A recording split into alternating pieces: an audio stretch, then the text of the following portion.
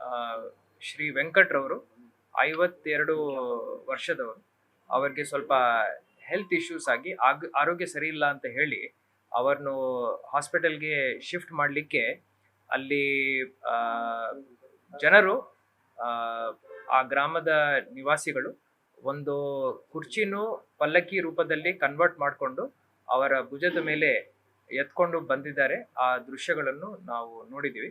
ಇದು ತಮ್ಮೆಲ್ಲರಿಗೂ ಗೊತ್ತಿರುವ ಹಾಗೆ ಭೀಮ್ಗಢ ಅರಣ್ಯದ ಒಳಗಡೆ ಇರೋ ನಿವಾಸಿಗಳಿಗೆ ಈ ತರ ತೊಂದರೆಗಳು ಆಗ್ತಾ ಇರ್ತವೆ.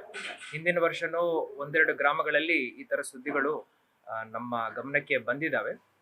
ಸರ್ಕಾರ ಮಟ್ಟದಿಂದ ನಾವು ಅಲ್ಲಿ ಕಾಡು ಒಳಗಡೆ ವ್ಯವಸ್ಥೆ ಮಾಡಲಿಕ್ಕೆ ಆಗ್ತಾ ಇಲ್ಲ ಅಂದ್ರೆ ಅವರನ್ನು ನಾವು ಪುನರ್ವಸತಿ ಸೌಲಭ್ಯಗಳನ್ನು ಕಲ್ಪಿಸೋದಕ್ಕೆ ಕ್ರಮವನ್ನು ವಹಿಸ್ತಾ ಇದ್ದೀವಿ. ಹಿಂದಿನ ವರ್ಷ ತಲೆವಾಡಿ ಅಂತ ಇದೇ ರೀತಿ ಒಂದು ಗ್ರಾಮದಲ್ಲಿ ಘಟನೆ ಆದಾಗ ಸರ್ಕಾರದಿಂದ ಕಂದಾಯ ಇಲಾಖೆ ಹಾಗೂ ಅರಣ್ಯ ಇಲಾಖೆ ಮುಖಾಂತರ ಇವರಿಗೆ ಪುನರ್ವಸತಿ ಕಲ್ಪಿಸಲಿಕ್ಕೆ ಒಂದು ಸ್ಕೀಮ್ ಇತ್ತು. ಆ ಸ್ಕೀಮ್ ಅಡಿಯಲ್ಲಿ ಸರಿಸುಮಾರು 30 ಕುಟುಂಬಗಳಿಗೆ ಒಟ್ಟು ಸೇರಿ 140 ಜನರನ್ನು ಆ ಕಾಡು ಒಳಗಡೆಯಿಂದ ನಾವು ಹೊರಗಡೆಗೆ ತಗೊಂಡು ಬರ್ಲಿಕ್ಕೆ ಸಾಧ್ಯವಾಗಿದೆ.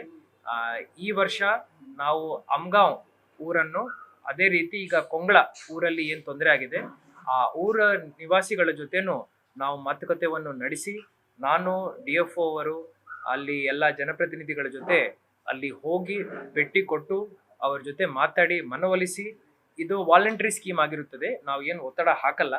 ಸೊ ಫಾರೆಸ್ಟ್ ತಮಗೆ ಲಾಸ್ ಬಗ್ಗೆ, ಕಾನೂನು ಬಗ್ಗೆ ಗೊತ್ತಿದೆ. ಬಹಳ ಅಲ್ಲಿ ಸೌಲಭ್ಯ ಕೊಡೋದು ಸರ್ಕಾರಕ್ಕೂ ಬಹಳ ಕಷ್ಟವಾಗುತ್ತದೆ. ಸೊ ಅವರು ಹೊರಗಡೆ ಜನ ವಸತಿ ಪ್ರದೇಶಗಳಿಗೆ ಅವರು ಬಂದಿದ್ದಾರೆ ಅಂದ್ರೆ ಅದು ಬಹಳ ಸೂಕ್ತ ಅಂತ ಹೇಳಿ ಅವರಿಗೆ ಮನವೊಲಿಸಿ ಅವರನ್ನು ಈ ಸ್ಕೀಮ್ ಅಡಿಯಲ್ಲಿ ತಗೊಂಡು ಬರ್ಲಿಕ್ಕೆ ನಾವು ಪ್ರಯಾಸ ಪಡ್ತೀವಂತ ತಮ್ಮೆಲ್ಲರ ಪರವಾಗಿ, ತಮ್ಮೆಲ್ಲರ ಮುಖಾಂತರ ನಾನು ತಮ್ಮ ಪ್ರೇಕ್ಷಕರಿಗೆ ಹೇಳಲಿಕ್ಕೆ ಬಯಸುತ್ತೇನೆ.